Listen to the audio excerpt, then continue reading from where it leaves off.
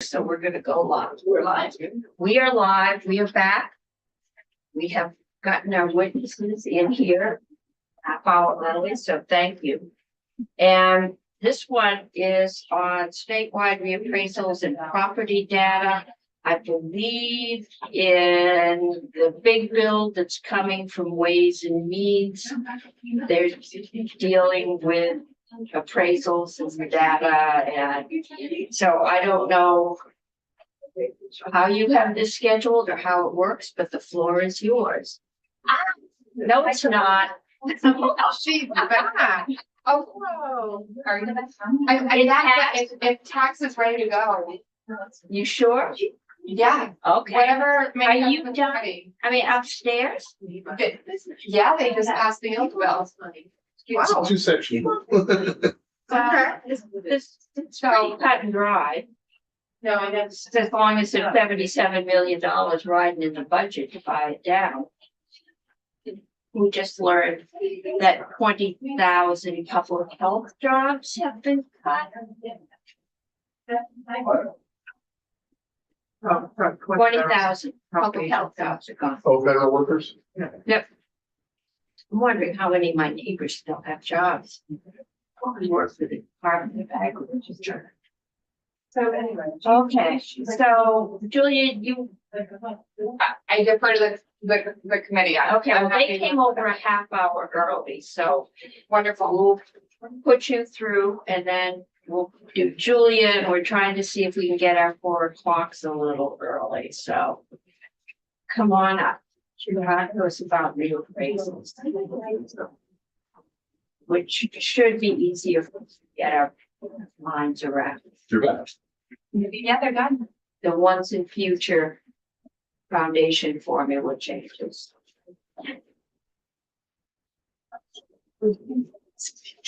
We need to get through those chairs, but we still have been out of this witness in the buildings. Yeah, we do. Right out of the way.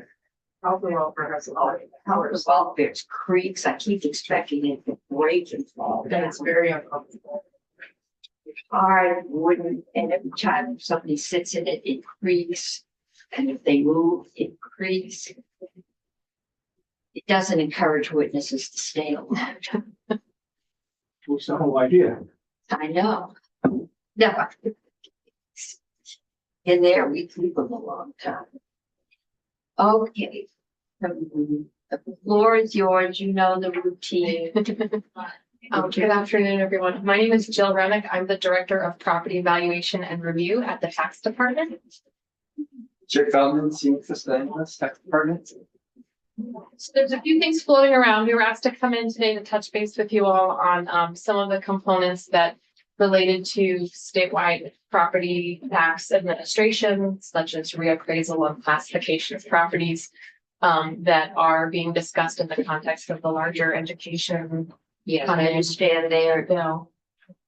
in the non-homestead area. They're, according to the person who came running down here to tell me last week, 2 days ago, they are getting much more granular. I mean, to this point, we've had homestead, non-homestead. So this is, and we'd asked you to do the study. I know it came in January or December. And so, yes, how granular can we get? Right. And so just for sort of the context, there's the treatment of sort of reappraisals and the cycle of that and the appeal structure of that. That's one of the components. And then the second one, which I think we're going to spend more time on today, is the classification of properties for tax treatment. So while those two things can exist independently of each other, they're sort of happening concurrently in that conversation. So I think Jake has prepared a presentation about the classification component, which might be a good place to start.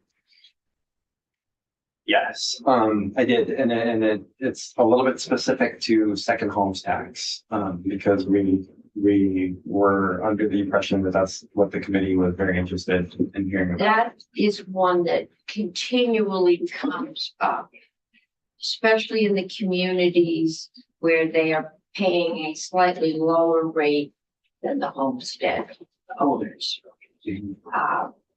It has graded. So it does come up. Yes, and Jill and I have been in here a few times on it. Tax department have written a couple studies on the subject. It's a very tough nut to crack. And we, so we can talk about it a bit more.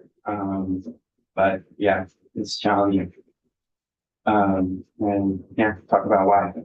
I did have a presentation and it's on the committee webpage. I don't know if I really need to go through the PowerPoint of it. I think I can just talk from the document. Is that okay? Yes. Okay. So the House is considering a bill that has 9 different classifications within non-homestead based on how the property is being used. And it's quite challenging. You know, even just second homes, which would be one additional classification to add, is quite challenging. And that's because of basically classifying a property based on how it is used. It comes with a lot of complexity. So the first, it's really the second slide, but I want to talk about terms a little bit and make a distinction. We've made some headway on this the past few years, but there are categories in the grand list. There's 15 of them, and PBR has established them. They're based on the highest and best use of the property, which means like if the property was presented for sale, how would it be framed? So if you have something that's like clearly a big dairy farm, then the listers in the town would probably classify it as a farm, even if the people were just living there in a home and don't have any cows. So that's highest and best use, and that is used by the town for valuation, and it also feeds into the equalization study.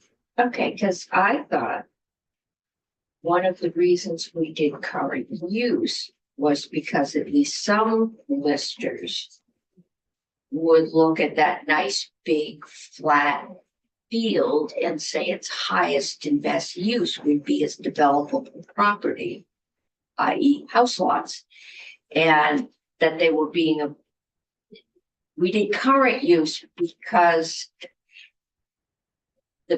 they were being appraised at the highest and best use. And I assume, especially in the good old days when we had local boards of listers, that might have led to more divergence than it does now. But that was the complaint I used to get locally, that it's my farm.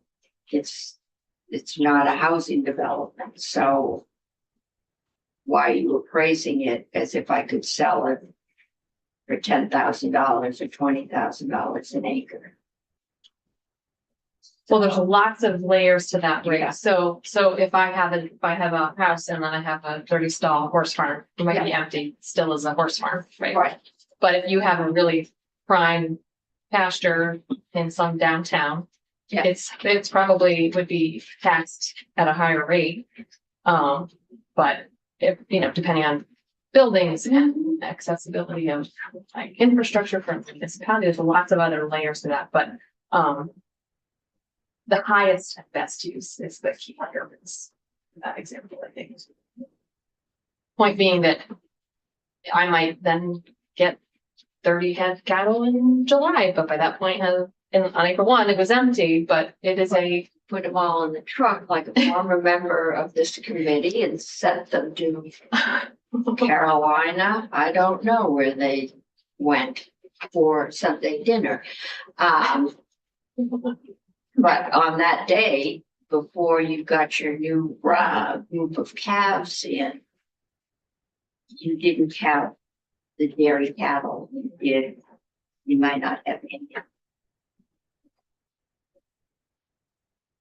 So these 15 categories, they're related to how the property is valued by the local listers and assessors. And we also use them in the equalization study because when we're generating a town CLA, we actually try to equalize each category by its particular ratio if we can get a reliable number there.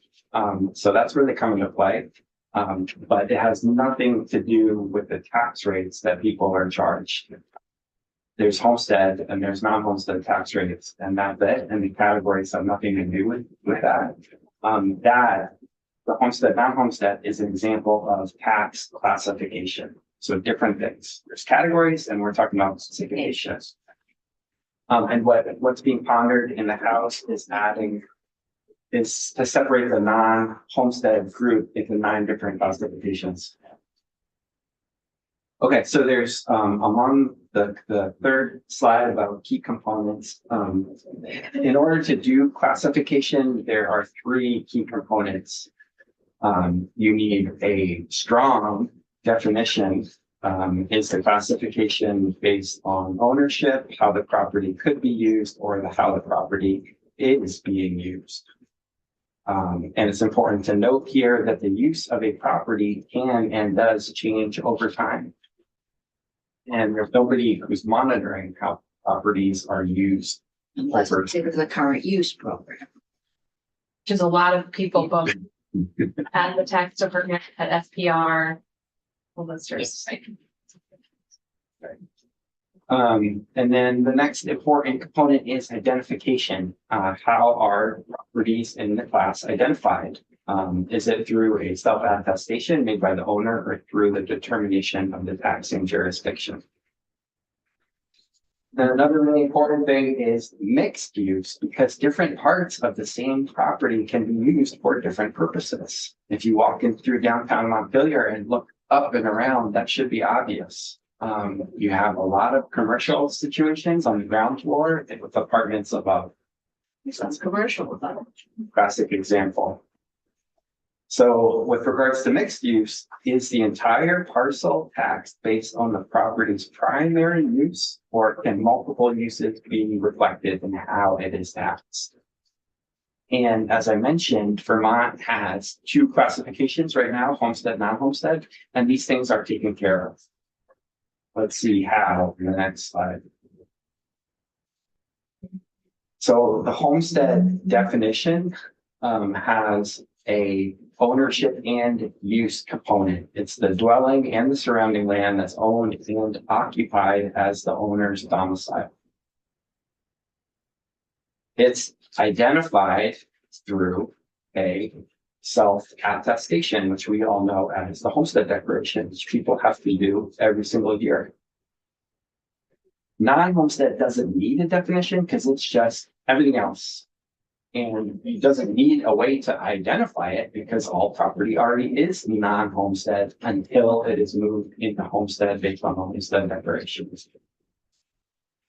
And we do have a way to accommodate multiple uses on the same property. That's built in. I remember spending hours on bread and breakfast where the owner lived in the house and they rented out 3 rooms or 2 rooms. Those were commercial. But what was the dining room in which the family ate, and how do you treat the driveway? And it took quite a while, I think, sort of before people felt comfortable as to how that worked. And whether or not somebody was getting a break because they could deduct half their driveway. So, yeah. Yeah, It wasn't easy. it's still not totally easy.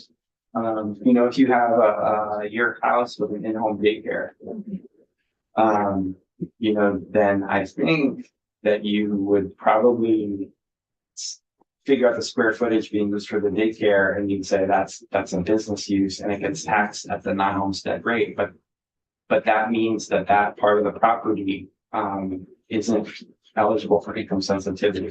It's moved out of the house site. So there's The kitchen is used by. right. Yes.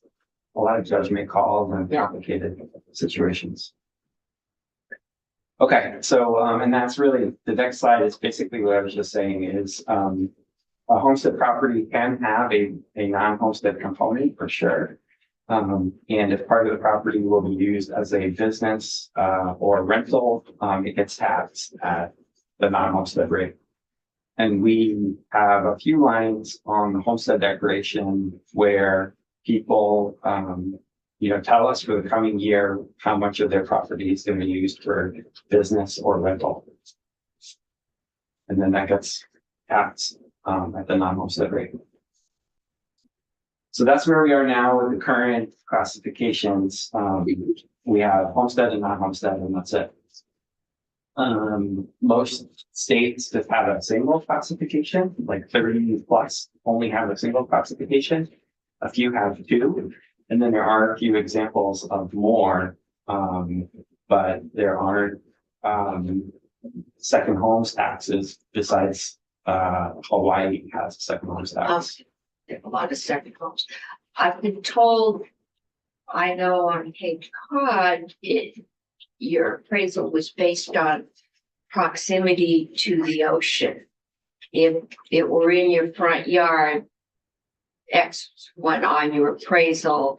If you could see it, you got a little less of an addition. If you could smell it, you got a little, I think I know we've had testimony in here before that Colorado does something with ski areas and proximity. So it may be based on location other than use, but and that's primarily aimed at places where the bulk of the use is as second, not primary dwellings. Yeah, there's definitely factors, during a reappraisal, there's factors that they look at regarding location. And can you see the ocean? Can you smell the ocean? How good is the neighborhood and what are you close to? Yeah, we had a cesspool, but it was on the ocean. Cesspool's gone. There was a view tax, I feel like. Yeah. Considered a few years ago. Yeah. Well, there's a few easements too on deeds, which are horribly hard to support. But I've seen deeds where there is a view easement. You can't block my view. So the second homes thing, in order to tax them differently, you'd have to work through those three things: definition, identification, and handling mixed use. Unfortunately, I didn't put slide numbers on here. Sorry about that, but there's one that's called classification considerations for second homes. So you have to figure out what makes a building a potential home, first of all. And you'd have to decide with second homes include camps. And you'd have to figure out what to do if it is a home. What if it's going to be rented out to a long-term tenant? Would you want it to be taxed at a higher second homes rate or not? It's another policy decision that would go into the definition. For identification, you have to figure out how to identify them, whether it would be through a self-attestation made by the owner, or if it's somebody else, the taxing jurisdiction, which would be the town. An important thing to note here is that a lot of out-of-state owners who own second homes in Vermont probably don't interact with the Vermont Department of Taxes. But if this was your primary residence, you interact with the tax department, right? If it isn't your primary residence, unless you're working while you're here and earning money, you don't interact. So there is at some tax level a designation of this is my primary residence. I lived 6 months and 2 days in Florida and 5 months and 28 days in Vermont. And I'm retired, so I don't pay any income tax, right? Florida doesn't have an income tax, but that has to be declared to the tax department.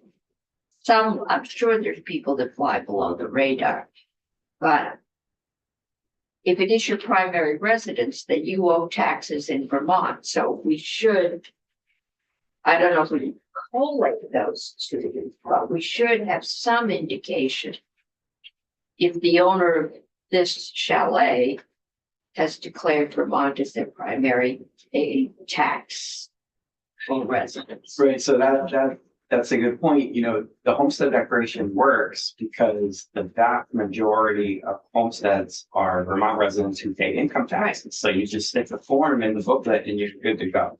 You know, people fill it out, but there's a problem that comes up when low income people who aren't required to file income taxes just space out on filing a homestead declaration, so they'll be taxed at the non-homestead rate, which is currently higher in about 2/3 of towns.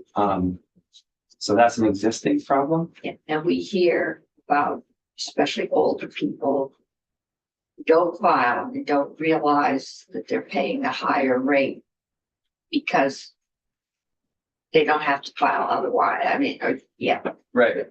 So if you had a second homes tax, then that crew, well, I'm kind of jumping a few steps here, but imagine if you had a situation where, like, in order to not be a second home, you have to have a homestead declaration.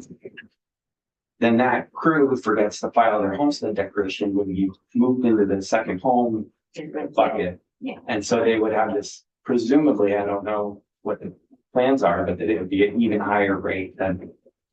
I think the advocates definitely see it as a higher rate.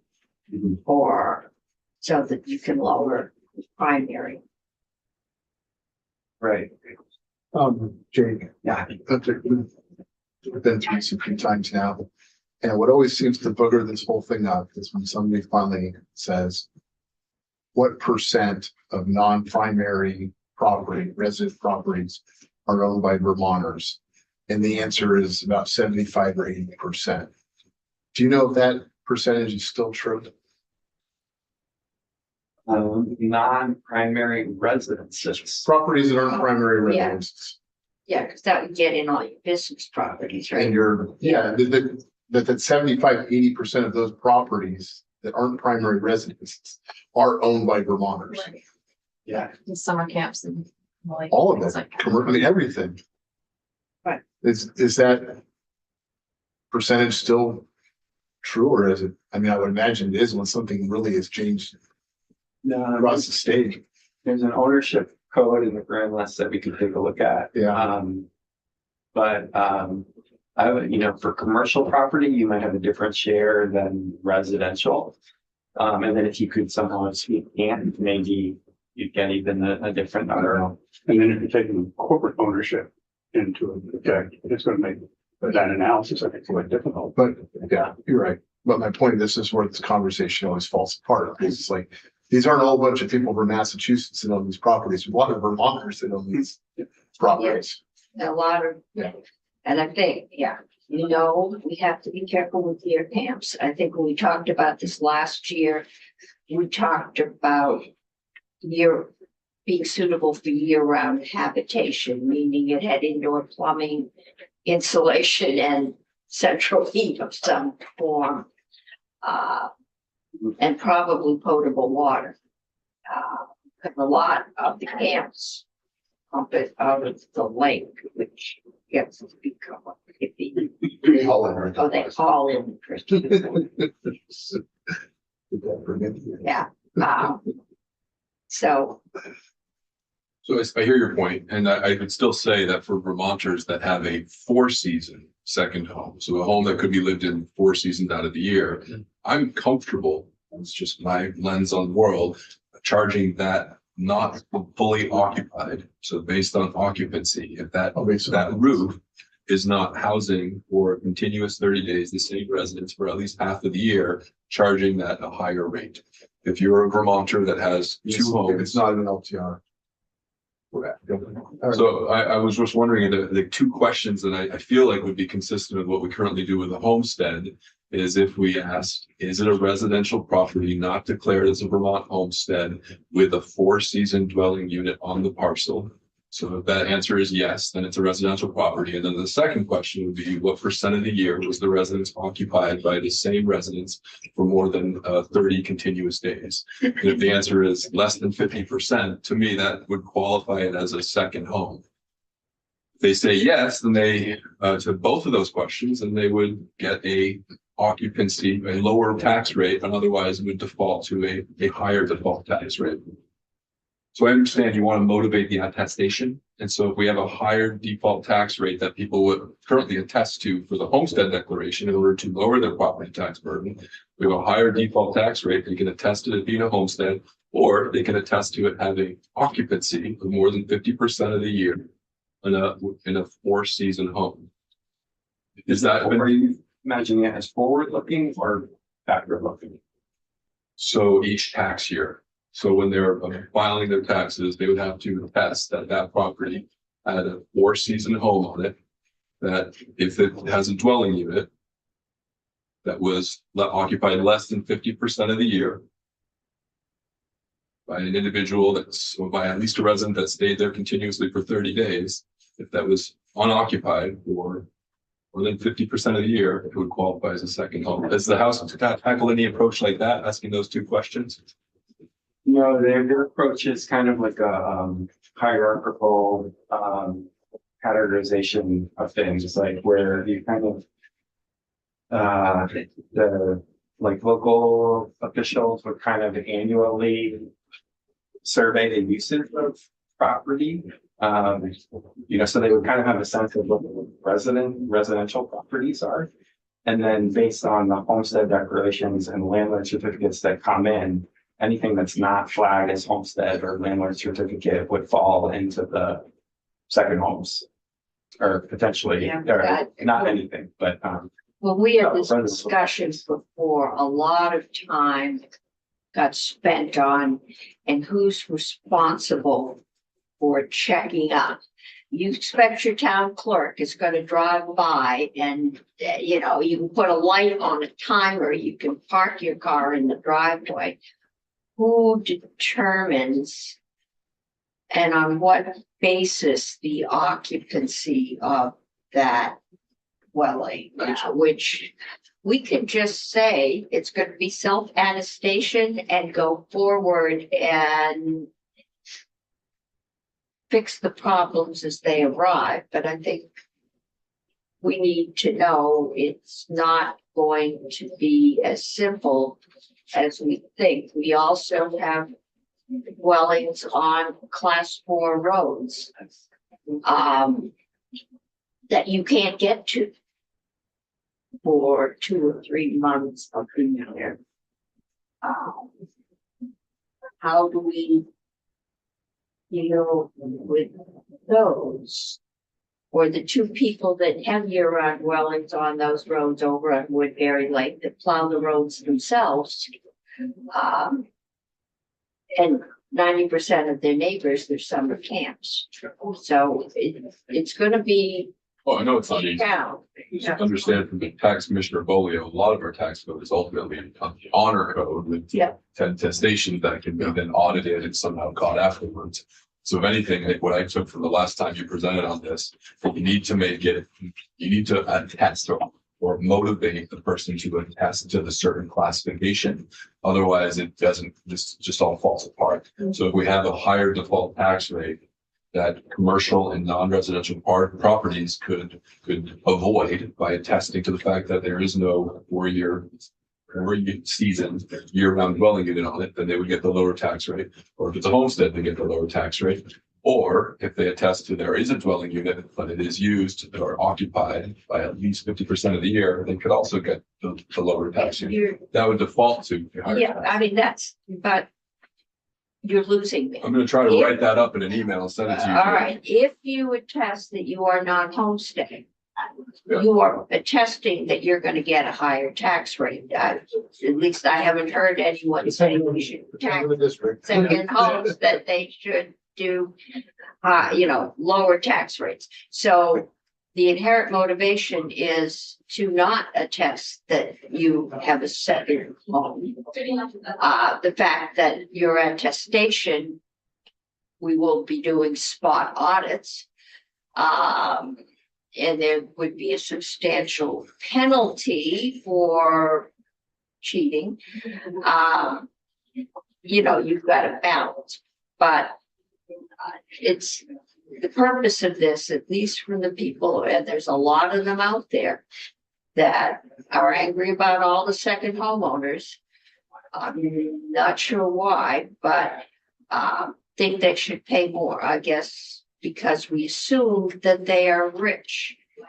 I'm not sure about that because there are still some Vermonters whose parents or grandparents built a camp, and it's maybe a nice camp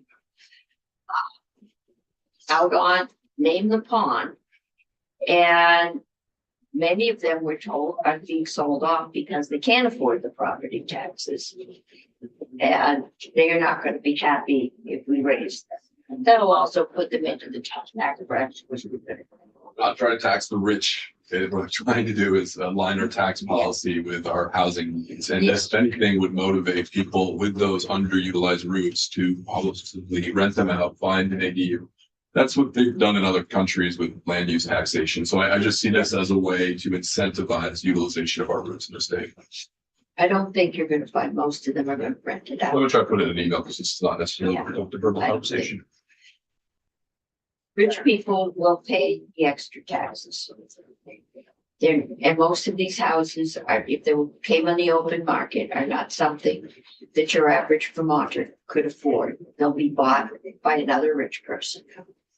Some of them will be bought by a rich person and torn down. And something else bigger and better will be put up in their place. So we can't, no, not until 4 o'clock. We're waiting for the committee too, so I'll check in before. Okay, I will get it up to you, and we're gonna try and get it before 4 o'clock. Okay, they're waiting for a bill. And that probably is the discussion this committee needs to have is, why are we doing this? What's the motivation? What's the value? What do we want to achieve? And we can have that on our own.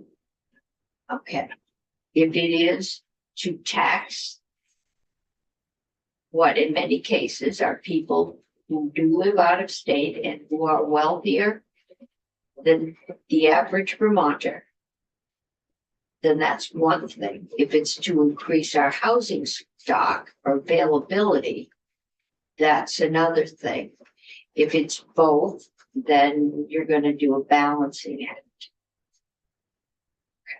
I mean, I don't want to, I'm just, in my head, I'm noodling on the idea of maybe we should just do a tax credit for somebody with a second home that puts it in LTR and they could apply for that.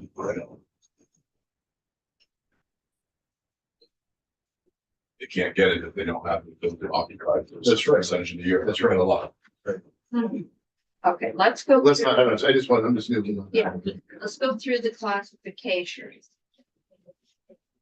Because we still have Julia waiting and we have the clerk's office.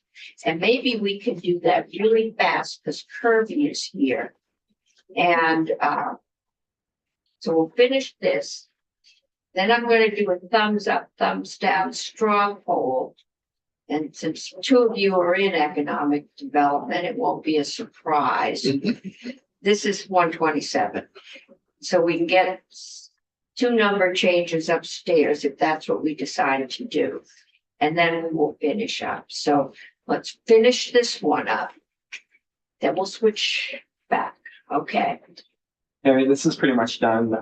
There's a couple more slides. I Okay. included the, last year there was, passed a surcharge on second homes. It's not regular property taxes, like the property tax bill, it's property transfer tax. So when somebody buys a place, and I forget what the normal tax percent is on property transfer, but the tax on second homes is 3.4%.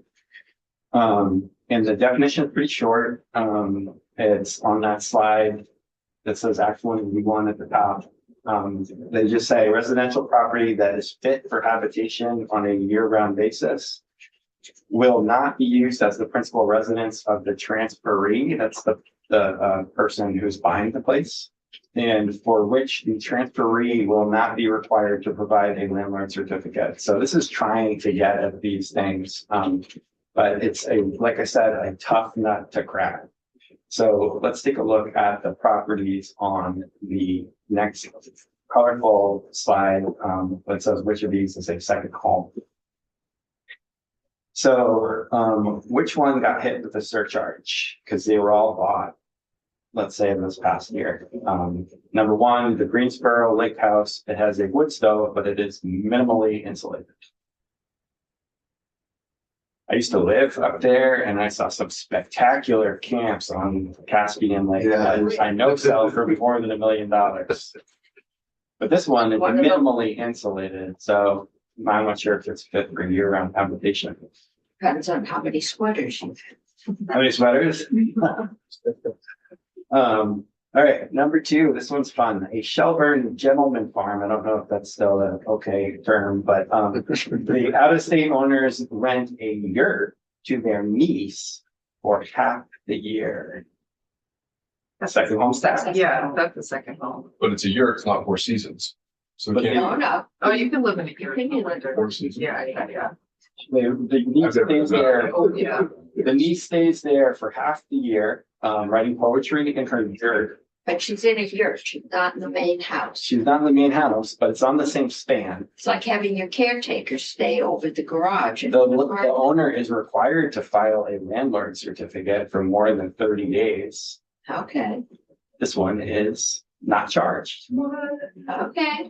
Number 3, a multi-year rehab in Springfield to turn this single-family home into 4 rental units.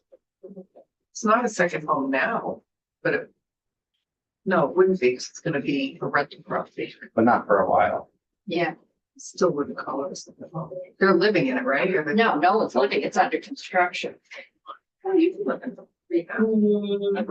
Now, this is that's a vacant property, which is something we Okay, already. so vacant. I mean, property. technically, it's what's on the grand list, April 1st, which.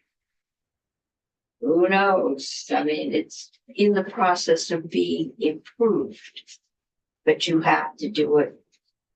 Right, by the improvements that have been done as of March 30th, So those always get tricky, and smart folks know they don't put up the walls until April 3rd. All right, number 4, People that a have done that, very attractive, yeah, brick Brattleboro building. And by the way, these are not real Vermont buildings. They're just licensable pictures from here. But anyway, a Brattleboro bike shop and a scoop ice cream shop on the first floor with 3 short-term rentals above. it's commercial. That's commercial, so doesn't get it. The only one that on here that would get it is number 3. Wow. That's so good. Okay. Sadly. Who knew? So that's the challenge. Obviously, we're happy to help with technical stuff that you guys and Senator Chipman happy to spitball you on the email. And we haven't had the assessors in, but they and the clerks will be very big on if they've got to do this, who's paying them to do it. Because they are going to be putting a significant amount of time into enforcing state, not a local ordinance. So, okay. Any more questions? Are we all thoroughly questioned? There's, All right, if we want to do something, I think we could find a path through this. I have great confidence we can find a path through. But it is not just as simple as saying we're taxing something else. And I've lost 2 of my members. I've got 1, 2, 3, 4, 5. I'm trying to let economic development, and we've got Betsy coming in as soon as Julia is finished, has asked us if on the section about the sunset, this is Project shift. Project TIFs. They feel that 5 years is not going to give them enough window to have enough projects built. So we have any ideas, and they are asking for a 10-year. Okay. And I assume that would be a 9, well, we could do a 5 and a 9-year evaluation. And annual reports, or maybe a report every 2 years, since we're in session for 2 years. But I'm going to need to get that drafted, and I'm just looking for thumbs up, thumbs down. In principle, is this okay? Okay, I lost my 2 unfolks, and you aren't the drafter, right? John Gray is. For TIFs, TIFs part. Yes, John is going to head over.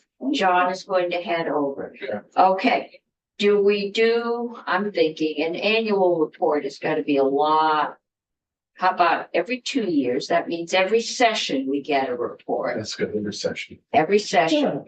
And we do a 5-year, and a year 9 evaluation, a more substantial report. Okay, So that's fine. all right. So we will vote on that. I want my 2 people here. But Julia, are you ready to pick up where you left off? Sure. Okay. Senator, Yes. I'm hanging around in case you need me for anything related to S 127, but it sounds like. No, they've taken all that out. I think it's the report backs and we'll get John. You're not planning to add anything back No, for the board member? no, Okay, so there's that. no, I'm not. So I'll- Yeah, I've got more important things. to wait on Yeah, that really just right came now. out. Before the end of the year, when they. I talked to you make guys like final decision, 2-year-old. We'll have to have another discussion. Three questions on 127 that came up on the floor, that may or may not come up matter, is that Senator Ingalls was very concerned about the word immigration being included as a quote protected class in the public accommodations portion of the bill.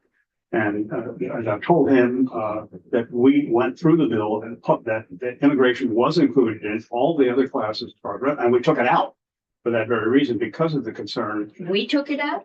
Yeah, No. or by we, I mean, in economic development, Oh, we eliminated all reference to immigration, Okay. except in that case involving public accommodation, and that does not appear to be a violated thing. I did have counsel look at it Okay. again and do research today, and we're comfortable that it does not create an immigration if issue. I'm checking, all right, so if it's a public accommodation, they can't ask me about my immigration status. Correct.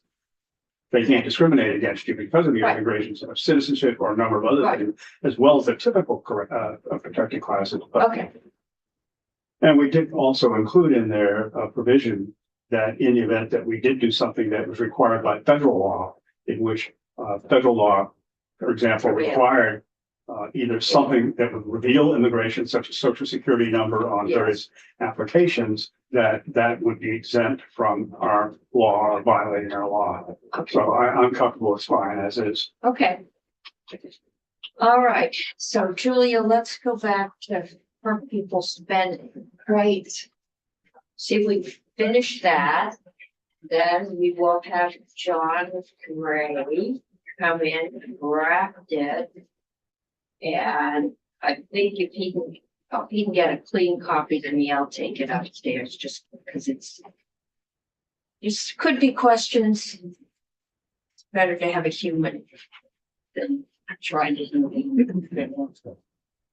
Okay, so.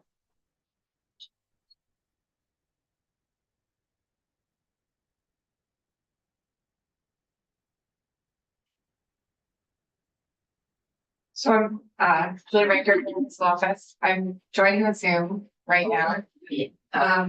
Would you like me to go back to sharing my screen? Yes. Is that helpful? Yeah, Okay. yeah, that, if Yeah. anyone You is were on watching, page 10, that I is think. also. Yeah, all right, page 12. I still have it pulled up. I Oh, it's well. intentionally did. I had page 12. Some of Oh, these I that's can map- pull up maps. larger on my screen, the maps are Yeah. something of a lost cause, but And before getting back into it, I did want to follow up to Senator Beck's question about CTE. Oh, I yeah. did check the model. The foundation amount does include the CTE weight of the foundation. Okay, so these numbers include CT. Yep. All right, good. Beyond the CTE weight and the potential changes to categorical aid, I will admit I don't fully understand the entirety of the CTE proposal, but this is including the CTE weight. Okay. So Madam Chair, shall I just get back into it? Yeah. All right, so we're looking at now at the Bongart's potential SD and SU configurations. These are the two maps here, and I know that you haven't heard from Beth yet about an overview of governance. She has a wonderful presentation that I highly recommend. But essentially what we're looking at here on the left, this is the overall structure of the supervisory districts and supervisory unions.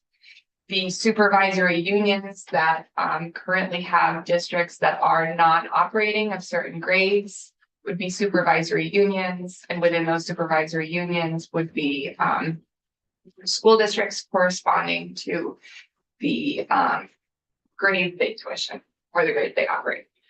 That's the general overview of it, and they are not my maps to speak to, so I would defer any questions to Senator Bongartz. okay. We will have him in. So everything that we're talking about here today is looking at this left. Can you see my cursor? Yeah, this left map, the SDs and SUs. So first, I follow the structure of testimony that I gave to you in the Ways and Means Committee a few weeks ago about breaking out the demographics and the pupils of different district configurations. So what we're looking at here is the total long-term ADM, so the pupil count across the configurations. What we see is, or I guess one note, there is this interstate district, which is really very small compared to the others. So for the purpose of the analysis, I've included it here, but really focusing on the 10 SUs and SDs, not on the interstate. So looking at that, we see the share of the state's long-term ADM varies across the school districts, with the lowest percentage being White River SU at 8% and Chittenden Central with the highest percentage of the state's long-term ADM at 15%. One interstate. All right. I don't know why I'm not able to do this.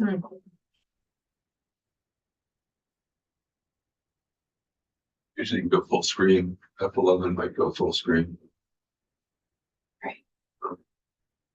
We'll try that. Bear with me. My computer feels a little bit like my brain today. So here, same thing that we just saw on the table, but in a pie chart. Where you can take each of those slices as representing one of the district SU, SD configurations.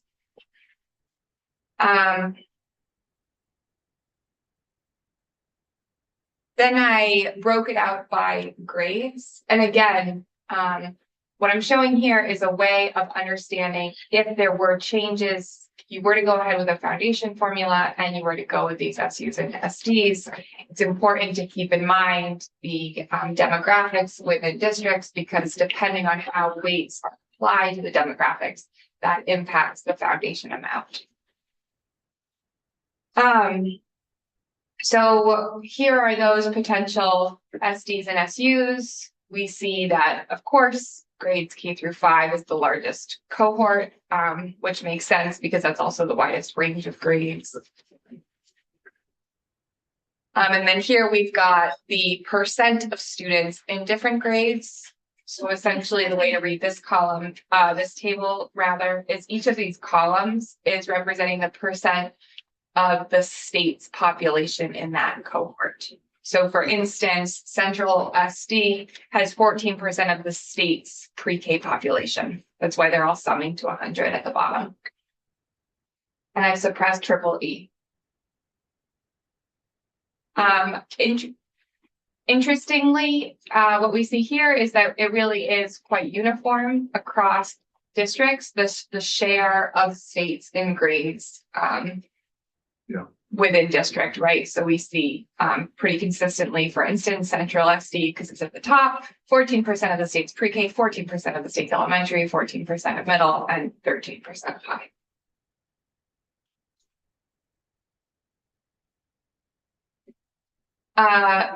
Now looking at students from economically disadvantaged backgrounds. So what we're looking at here is within each of those potential SD and SU configurations, first, the count of long-term ADM that they have that is considered from an economically disadvantaged background. And then the corresponding percentage of the region's long-term ADM, what percentage is considered economically disadvantaged. So for instance, Central SD has 4,828 students from an economically disadvantaged background, which reflects 43% of their student body. This column all the way on the right is again talking about the state share of those students. So Central SD has approximately 13% of the state's students from economically disadvantaged backgrounds.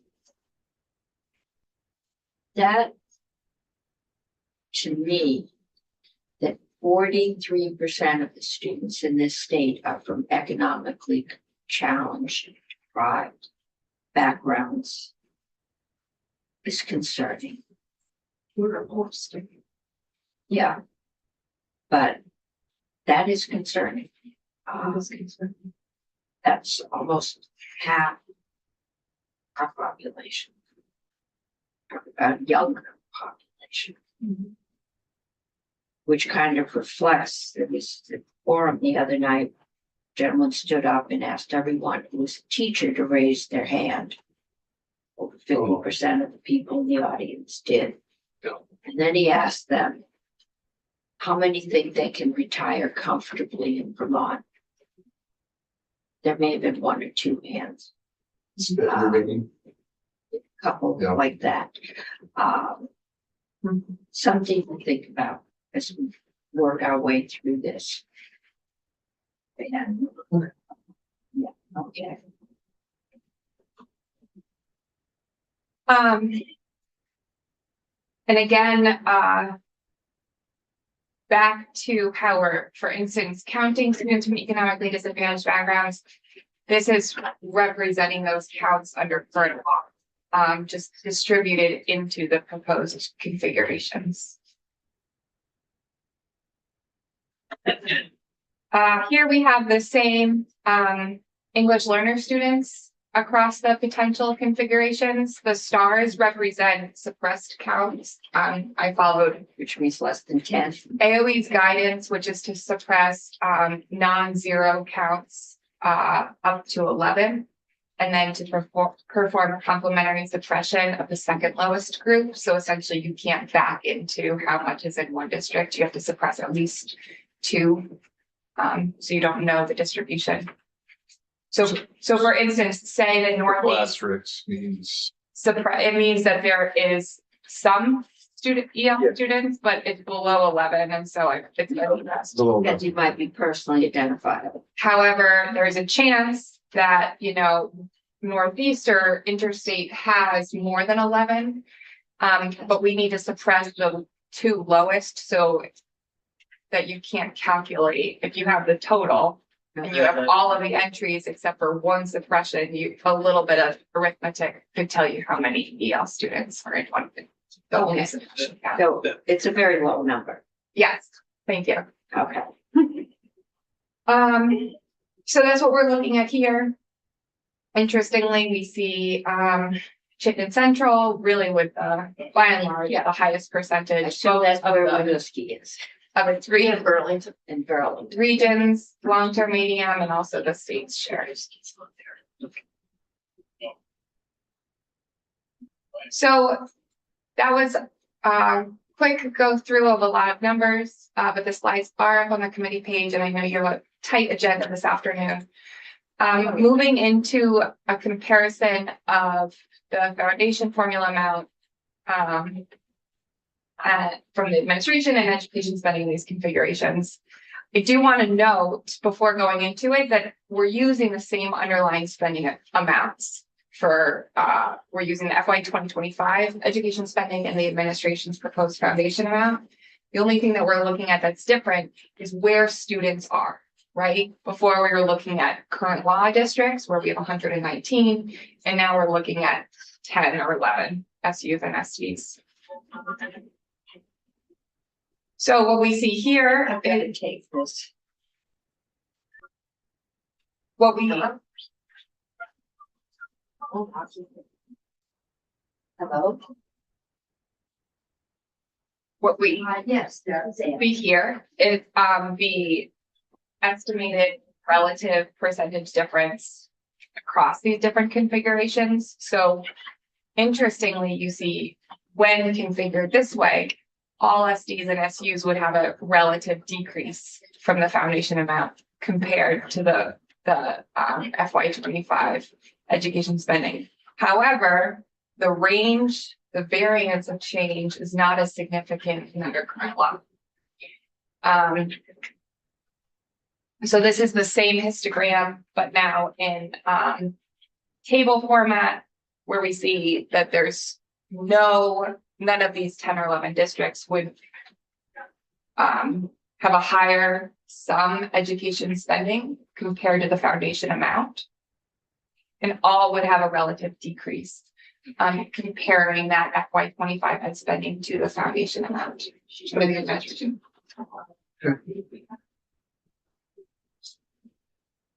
And this is, I think, where it gets really interesting, for kind of ties it all together is we're looking at all of the same underlying base amounts. And this is where I would raise a flag of consideration or caution when thinking about, relative changes in spending. We looked at two different configurations of districts, current law and the potential SUs and SDs from Senator Baumgart's.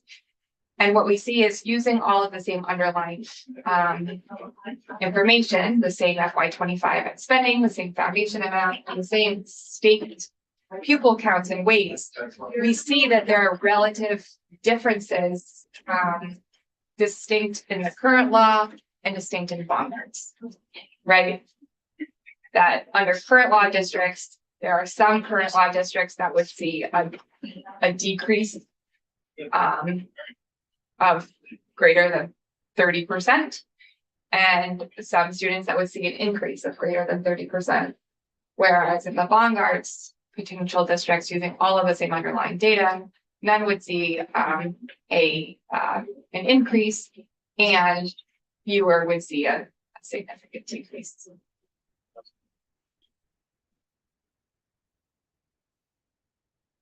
And I think we spoke about all of this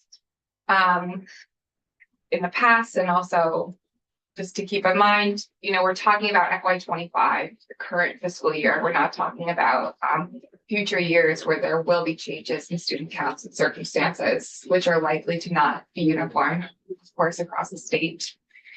And that I think this really highlights that there's multiple ways to examine policy and funding changes. So to keep in mind that depending on the district configurations, you're looking at the same underlying foundation amount and spending amount will tell you a different story, not a different story, just a different side of the same story of those relative changes. And that's all. And at the end, I have the slides, one of the slides decks from the governor's proposal, and also the maps specific for the Baumgart's configurations. So this might be a great segue, because what I'm really interested to know is what you were going to talk about when districts want to spend above what that base formula is. And you had a presentation on that you're speaking to. Well, that's the policy we're gonna have to set. Are they going to be allowed? And if they are, how do you meet agreement with that? if everyone's getting the same, then we're covered with Brigham. If we're going to Allays, and that, we did one presentation, but until we set a district, I think I'm right that if the property wealth per student is relatively this, if we do it on a district wide and the property wealth per student in different districts is relatively the same, we're maybe okay with Brigham. We won't know till someone sues us or doesn't, but Yeah, so I can't speak to Brigham. I'm yes, you're an economist, not a lawyer, That's right. but I will say with respect to the your question, Senator Chittenden, I think when thinking about the policy deliberation, you know, question one is, if going into a foundation formula, at least in my mind, you know, question one is, do you permit spending above the foundation amount?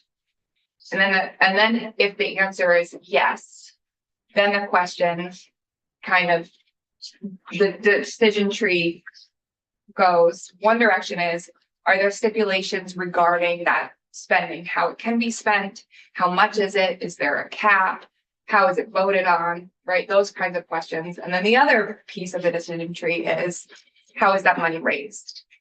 Is it equal? Is there some sort of equalization mechanism across the state? Or is it raised on local grant lists? If there's an equalization mechanism, what does it look like?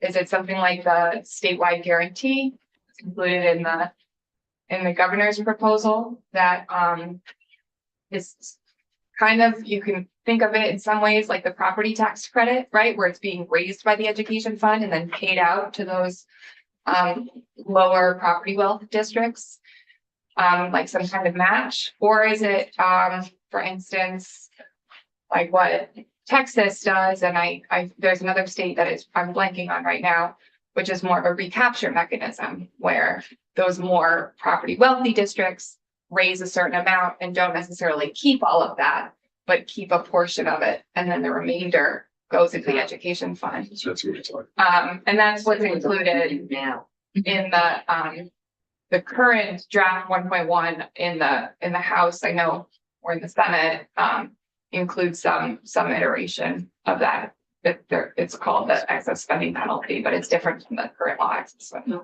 Is it just a extra payment if you're above, or a relief if you're below, or both, or? The way that the bill is currently drafted is essentially what it does is it looks at the grant list per ADM of all of the districts. Yeah. And the lowest grant list per ADM, you know, the district that has that lowest property wealth, essentially becomes what every other district is benchmarked against. However, they apply an 80% penalty because the lowest, and it might be more helpful with some slides, but the lowest district still needs to pay in above what they're able to keep locally, is the sense. So everybody pays a little bit of a penalty, Everybody pays a but some people penalty, pay more. precisely. So basically the sense is your all of your districts can raise the same amount at the same tax rate, or can keep the same amount at the same tax rate, and everything above that goes into a reserve in the education fund, which then after a year or two is waterfalled into a school construction fund. Words matter. I don't want to call it a penalty, but you call it like a common good rate or common good assessment. So a little bit better. The But only I like reason that. I'm calling it a penalty is because that's what the language calls it, not a JFO, Funds for the future. not a JFO term. Well, words, that, what do we, everyone think about? So Answer them. dissuade people from going over the amount. Well, that seems like a approach we could work on. Yeah, I mean, that's essentially what we do now. We penny raises Yeah. the same, but in some towns, the penny raises a whole lot more on the tax rate, and that gets redistributed to towns that the penny raises almost nothing. So we're used to that kind of formula. This will take it And again, the key is how much are we putting into the foundation of adequacy? And how much and how are we raising it?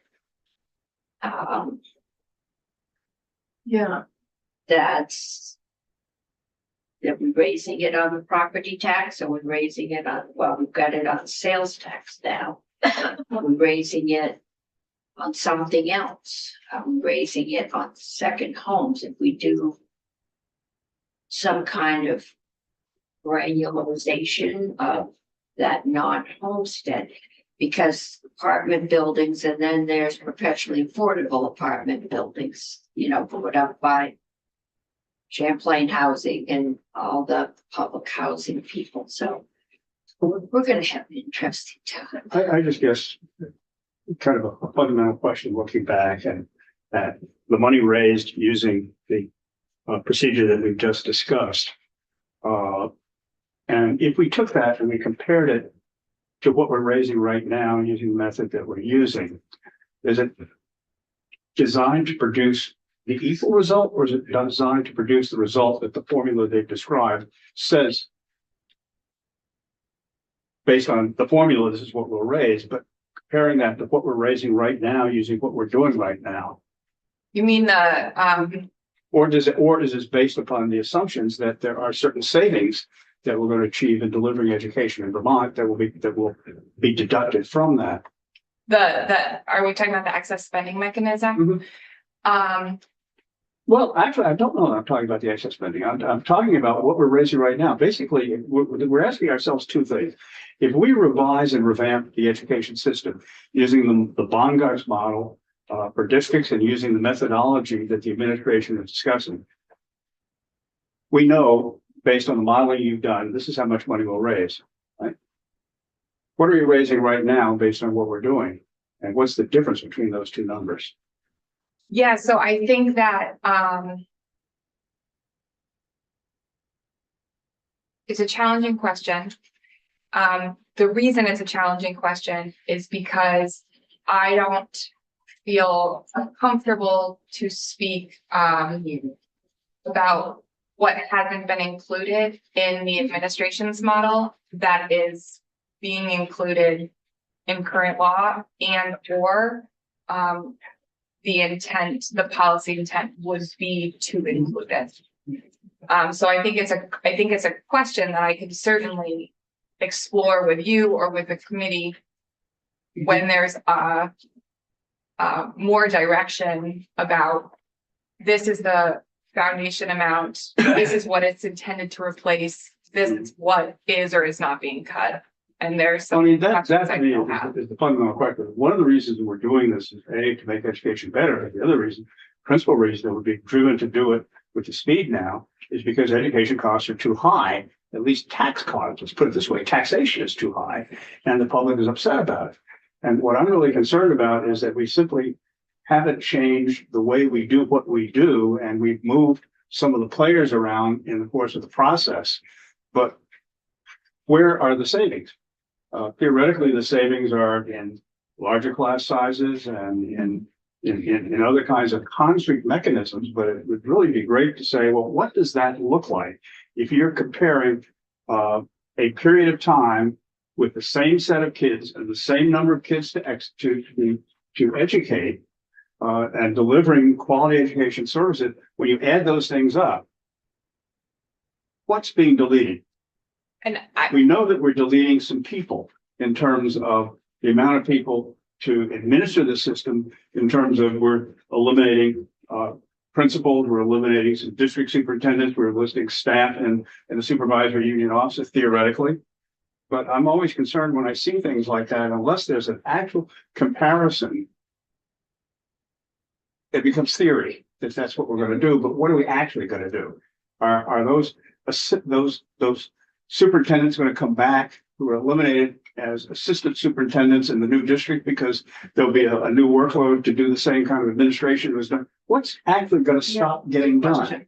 I think that's an excellent question, and I think that's a question for the administration. Oh, it is, Yeah, it is. I don't know. But it's also a question, when I ask you, what are you counting?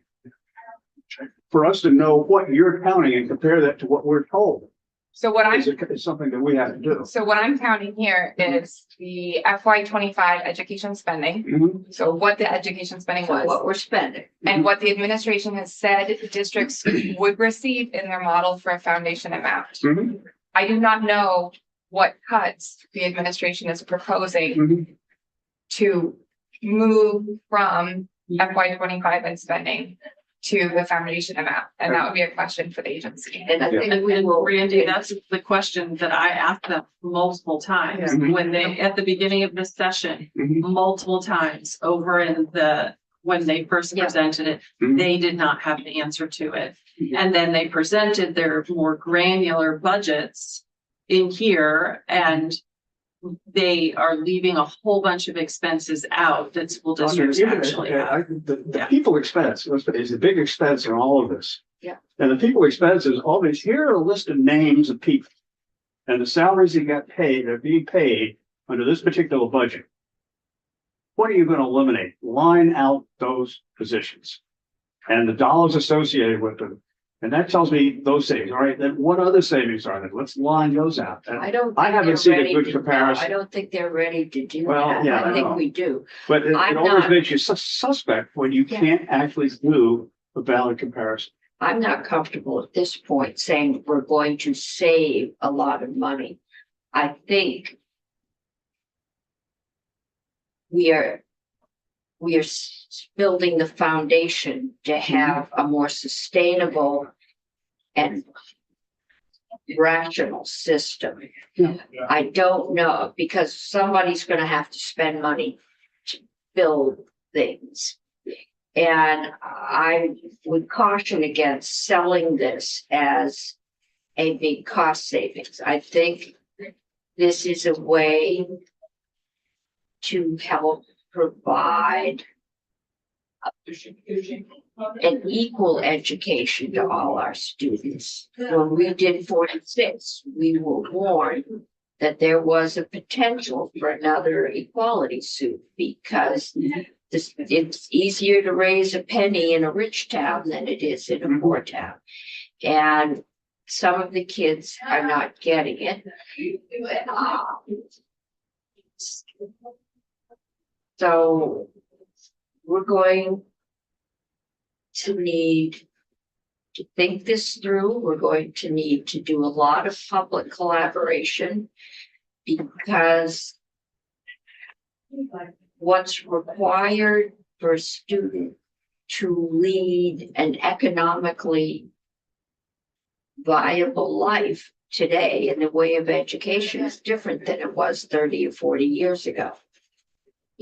But paying for it isn't different. It's gotta be Well, paid not- for by somebody who's paying Yeah. taxes. Right, but And the whole idea here is the people who are paying the taxes are being squeezed so heavily, they Yes. can't live. right, and And, that's why that and unless 43, that's the problem. In addition to educate, we have to address both problems, yes, not just one of them. we do. Because otherwise, we're gonna be back in 5 years with the same number of staff, just in different jobs with different job titles. And the same education system that is leaking money. And There's no easy, that's the problem. there's no easy quick fix. There's no- Incentive. No quick fix. We won't be back here in 10, 15, or 20 years. Here's why. The savings is on slide 22 or 24. Okay? That's savings. If districts hold the line and figure out how to reconfigure themselves and change their delivery so that they can do it on their foundation amount. That won't happen overnight. No. Then the education fund will save a tremendous amount of money and taxpayers will feel relief and we will have done our job. If any one of those districts decides they can't live within that box and they need to spend more money, I think there is an avenue for them to do that. However, that decision will not bleed into all of the other districts' tax rate. And that's what's happening right now. And that's the problem. Is that our districts are so disconnected from that tax rate. District holds the line, does everything they're told. And districts all around the state that are making different decisions are pouring that expense into that district. This solves that problem. Well, it solves the problem if the districts can operate on the foundation rate. Right. No, it solves the problem. Yeah. If they can't operate on the foundation rate, then the amount of money that they're spending is not gonna get poured back into another district. But the question is, if they feel that it's gonna be essential for them to have the money that they have now, the question is theoretically, they save money in staffing, all of them, to one extent or another. And if they need that money and want to raise it locally, then you're head on into the Brigham problem. You Not are, if there's an equalization factor, and I don't even know if you are in a drinking problem. If this foundation is enough to provide an excellent education, yes, that's. I don't the know if key. you have a drinking problem. That's the key. That's a big. Yeah, that. Yeah, but if the districts, though, you think they have a bigger problem, if the districts disagree with you and decide to raise a bunch of money to spend in their own districts to provide the quality of education, they say that what they're getting in foundation form isn't doing. Yeah, it would make, Who evaluates that? Who if makes that everybody gets music, then I don't know if it matters as much if some town votes more to have a violin orchestra. As long as everybody gets an adequate Mhm. exposure to a music program. Okay, I've got Senator Hardy, and then I want to move us on to 127 so we can get it upstairs today. I was just gonna say, I agree with you, Senator, that as long as it's the right foundation. Oh, absolutely. It's not the right There, number. there are, as Yeah. I've heard multiple times in the building, there are good foundation formulas and there are bad foundation formulas. We need to get the right foundation formula. And we have to get the right district configuration. And I don't think Senator Bongart's district configuration is the right district configuration. Because how we configure the districts will have a big impact on how equalized across the state our school districts are. And to Senator Brock's point, sorry, I'm tired. Senator Brock's point, I think if we don't get those two things right, we stand to do a lot of damage because we could cut the wrong things. We could cut the wrong things and do a lot of damage to the education of our kids. So it needs to take time. It needs to be the right formula. It needs to be the right districts. And then we have to set up our school districts to be able to make the right decisions about what not to fund anymore. So it is as simple as you said. We could not be here in 10 years having this, but what we decide along the way is how we get there. And So July 1. Okay, I'm gonna move this. Thank you, Julia, Jay. Is everybody here? Bill's gone. Okay,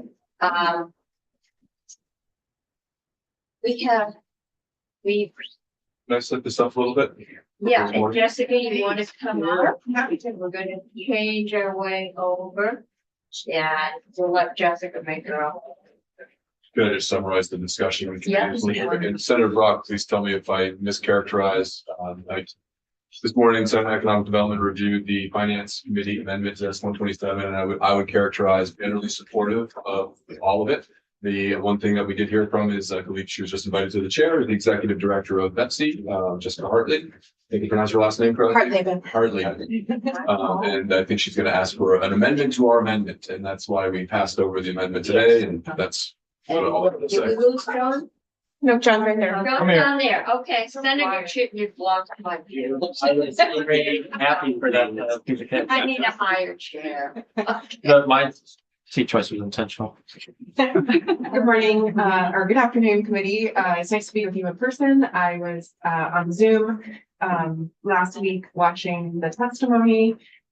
So it's nice to be here in person. And in listening to the testimony, I was very encouraged by everything that I heard.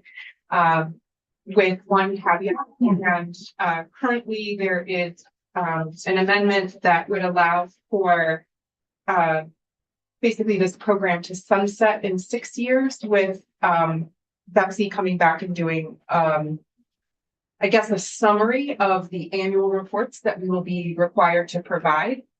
And I would offer that the sunset should be at least a 10-year requirement, and then perhaps coming back in at the 11th year to do the summary. And the rationale for that is this. Realistically, the way that TIF districts work is that if this program were to launch or become law in July, we would need to get the forms created. Municipalities would need to get up and running with meeting with their town councils, meeting with their aldermen to get a proposal put together. So realistically, a proposal isn't going to be put together until probably sometime in 26. And then they would have to come to Betsy for that approval. But it's going to take a public vote to get the approval to create the TIF district. All this being said, it's not likely that a TIF district would be created until probably 2027 at the earliest. And that creation of the TIF district only provides for the infrastructure that would need to go in the ground before any private development is ever going to be created that would generate increment to start paying back. So in order for us to provide you an accurate and complete summary of the types of housing that's being created, which is what you are asking the council to come back and report on at a 10-year mark, to have a set of data to come back and report to you, we would probably have an aggressive calculation, maybe 5 years of data on housing by 2035. Because I think it's going to take between now and 2030 to get infrastructure up. Okay. And then projects would be developed. So we're only really going to see housing for about 5 years if you extend this out to 2035.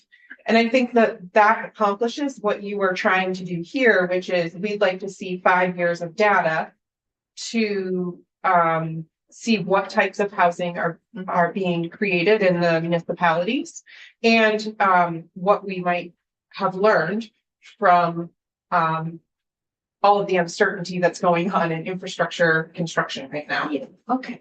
Because since the 80s, Right. what we haven't seen, maybe outside of Chittenden County, you've seen some, but we haven't seen like tract development where somebody comes in and puts up 15 spec homes and waits. They tend to do one and see if there may be two, see if they sell them and do design build. It's been a very compressed build market, and that does take time to see a number of homes. If you're not coming in doing that, putting up 20 prefabs, and okay, we might see that, Right. but we'd love to see that. Right. And we do see that in TIF districts currently. Since the inception of TIF, there has been approximately 2,200 homes built. And currently in the South Burlington TIF district, there is enormous housing growth happening. So that requires development agreements. So I would just offer that as an amendment, that we extend the sunset until 2035, and then I can come back to you in 2036 with a comprehensive report. We wanted the year before. The year before, in 2034. I was thinking we might. It won't probably be me either, but, whoever's here. 10 years. I was, this makes sense. I'm trying to listen to the people that you work. And I've got John and I've told them we don't need our amendment in the calendar. We can hand it out. And they told me we can do it. That we do an 11-year sunset, do a report on the 10th year, do an evaluation, and then move out. We had an annual report, move that out to every 2 years. That way each biennium we would get a report. Because, Sure. I mean, We report every year on the current TIF districts. We're actually getting ready to send you a report on April 1st. So every 2 years would be great because our current staff is myself and a program assistant. So the less reporting we do, the better. Could this The be one part? problem about an April 1 report, for us to read the report and then do anything about what we've read, the session is over. Yeah. And so that's Yeah. probably the worst time for us to receive a report. The problem with not receiving, the problem with changing the April 1st date is that we do not get the data and from the municipalities because of the way the property tax. The grand, Yeah, the grand list. grand list gets set March 20. No, And so we don't April get, 1st. we don't get the data from the municipalities until January 1. And then we have to compile all the data and get input from tax. So, All 2 of you. yes. Yeah, okay. Could you do this as part of that annual report?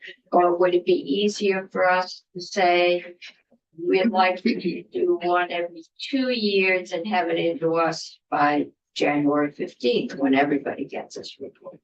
I think we can do our best to do that. And then at the first, Come see us. we'll come see you and say it's not possible because of the information that we can't or can get. Okay, I would like to keep them separate just because I think that they are they are separate. separate programs and we have, from what I've understood, that's been by design, because if we were to merge this into the big TIF program, we would have problems with other issues We within the will have statute. enough It's fine. problems getting this through. But what I'm really concerned about is if there's something that's going off the rail, something is not going the way it's supposed to. I don't want to get a report that I can't do anything about Right. for 7 months afterwards. So we will ask for a report the first year of a biennium. Yeah. Which by next year will mean we have nothing to report probably. Right. But that by January 15th of the first year of a biennium. And that gives us time if the report comes in and said we built 25 ski chalets in Killington, we can pull the plug. But at the same time, it That's could well why. come to a report in which you find there's something defective in the program and the program isn't working the way it ought to, and you alert us in time to be able to do something about it Right. timely. That's right. Yeah. So it's Yeah, going I both think ways. we're just interested spending potential property tax dollars is controversial in this building. And so I think we want to do our due diligence to make sure we're keeping track of this and that we aren't subsidizing housing that might be without a subsidy. So. The other day, not to segue, but Jonathan Gray this morning, I think, caught another date thing that he was gonna propose as a small amendment to, so whenever we're done with the executive director, I think Jonathan might have some clarifications on. Okay. Sure. We got any other questions? Okay, thank you. Okay, John. Hello, Hello. John Gray, Office of Legislative Counsel.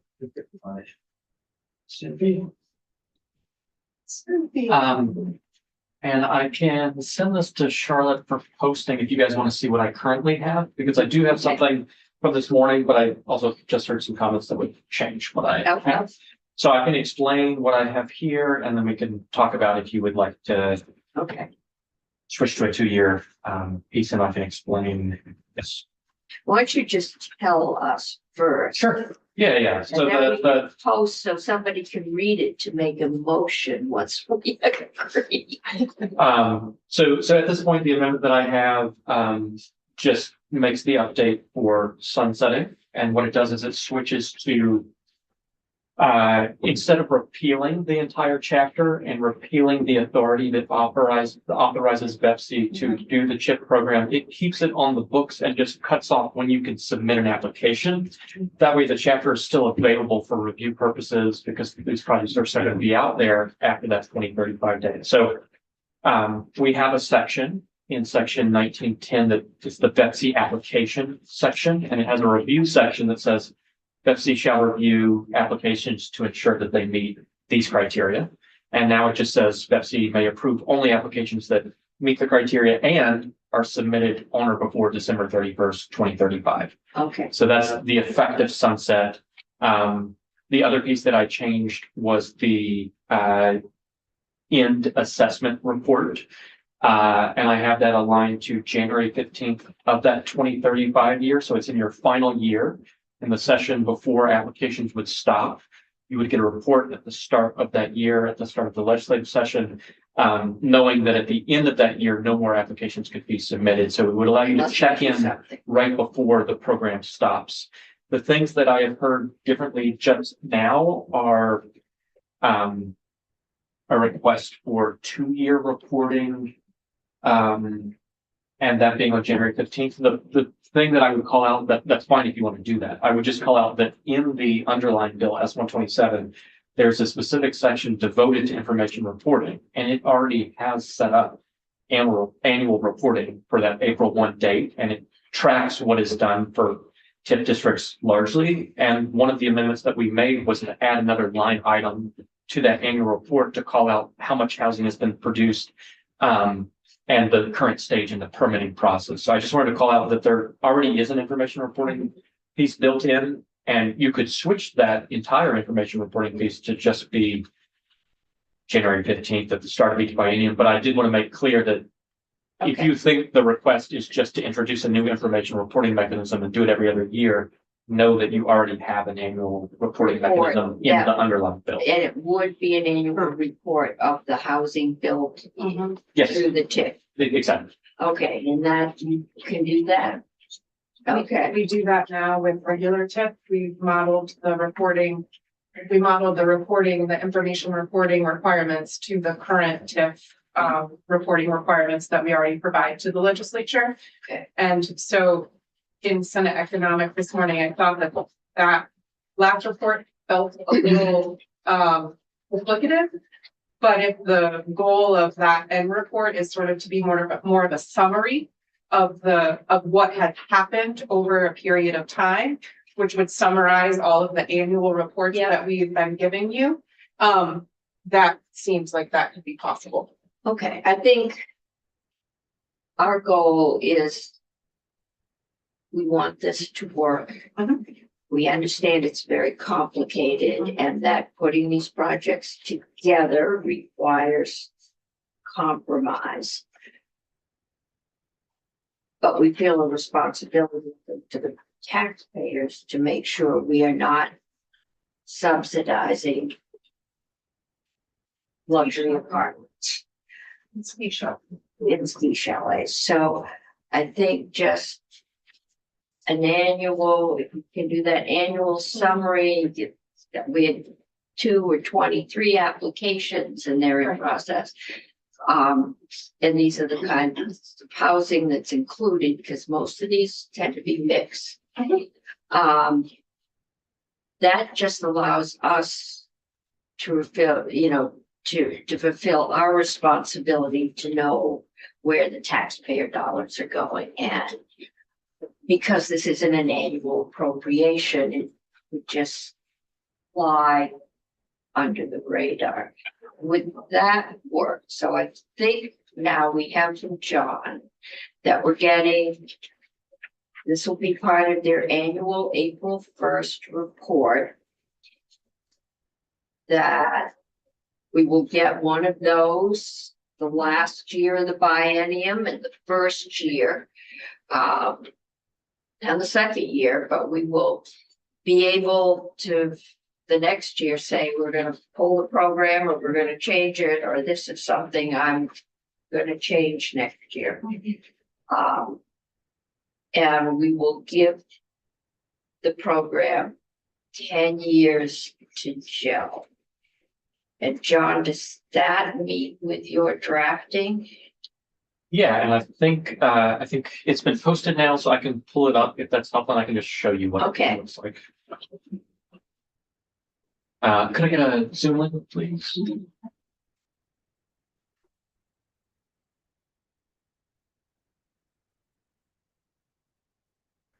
Can't believe it's Thursday. So this is not draft 1.1, This will be 2.1. 2.1, okay.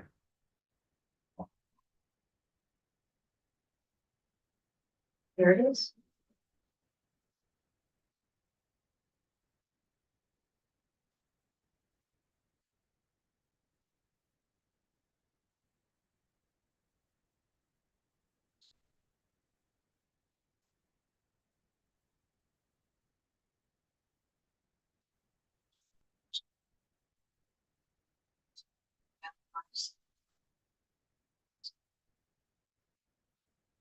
Almost there.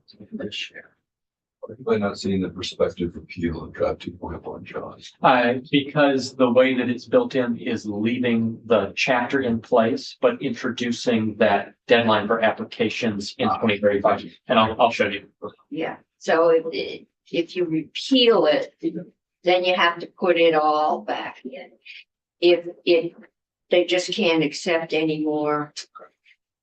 I think it makes it easier for the drafters and future people to figure out what we did. It will remain in place until we get that report and we decide we want to repeal it. It will still stay there.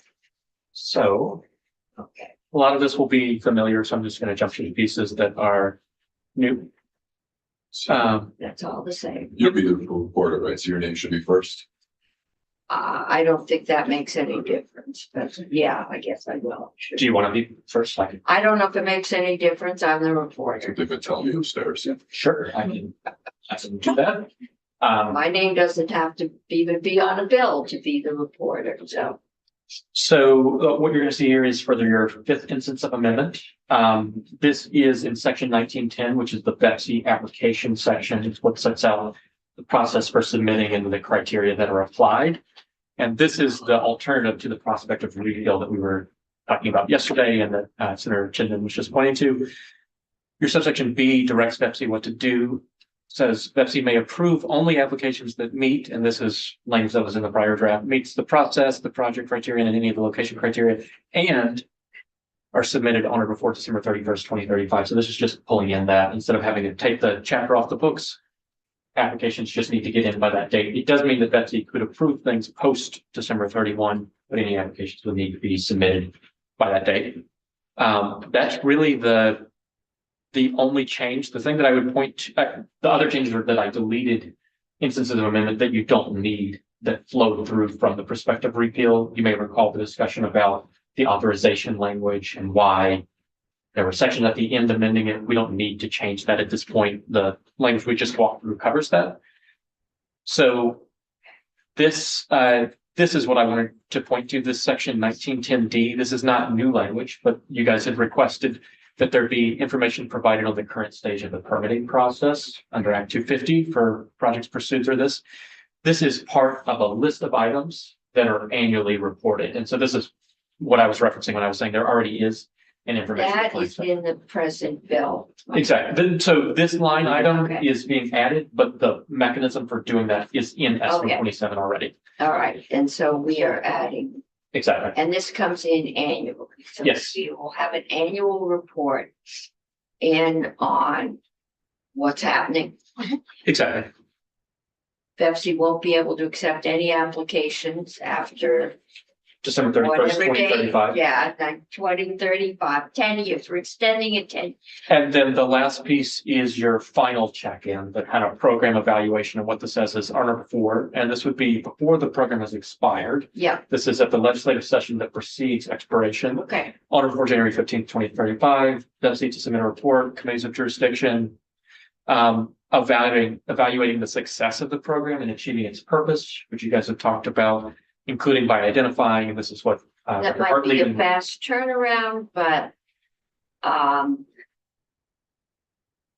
it wouldn't be the first time we've had to do a fast turnaround on this.